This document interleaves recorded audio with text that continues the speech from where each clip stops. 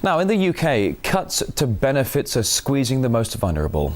Recent data suggests that 15% of children regularly go without a hot meal.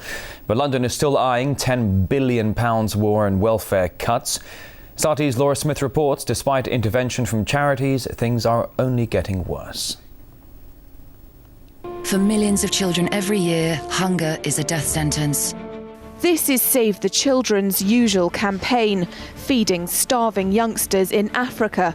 But times have changed, and for the first time in its 93-year history, the charity has launched a major fundraising campaign here in Britain. For dinner, I have a sandwich. Mum and Dad don't have anything because they're grown up. It's a watershed moment as recession hits the UK's poorest children the hardest. The situation is pretty bleak for children and families out there. You know, children are having to go without what we'd consider some basic essentials. So, for example, new shoes when their old ones have worn out, actually even a warm coat in winter. These are pretty shocking statistics in the UK in 2012, and we believe that we really need to take action.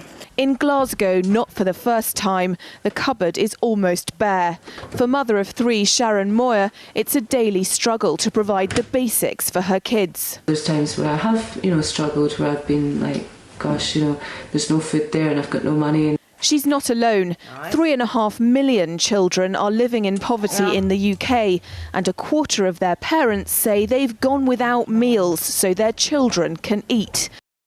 A child in poverty has to forego the things other families take for granted.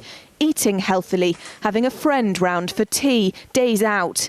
Natalie, mother to 2-year-old Noah, puts all she can afford into the gas meter, but it's still not enough to heat their home. It's cold here, but it'll be jumpers and keep warm in the house and blankets rather than turn the fire on or turn the radiators up. I just can't afford to run them. Charities calculate that the poorest 10% of society are hit 13 times harder by government cuts to services than the richest 10%. And growing up in poverty puts a child under enormous emotional strain.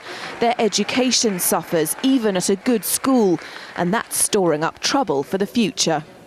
You have the impact it does on those children, but there's also a massive impact to society and to our economy. So, if poverty rises, then all of us, will have to pay the price in terms of extra spending on education, extra spending on the NHS, and our economy will be weaker because, we'll be losing talent. What's the point of slashing a welfare budget if we're going to be paying the price for that in increased spending on the NHS in years to come? Save the Children hopes to help the worst hit families, but this could be a long campaign. The Institute for Fiscal Studies says in the next 10 years, based on current government tax and benefit policies, 800,000 more children will be dragged into poverty, eradicating all the gains that have been made in the last 10 years.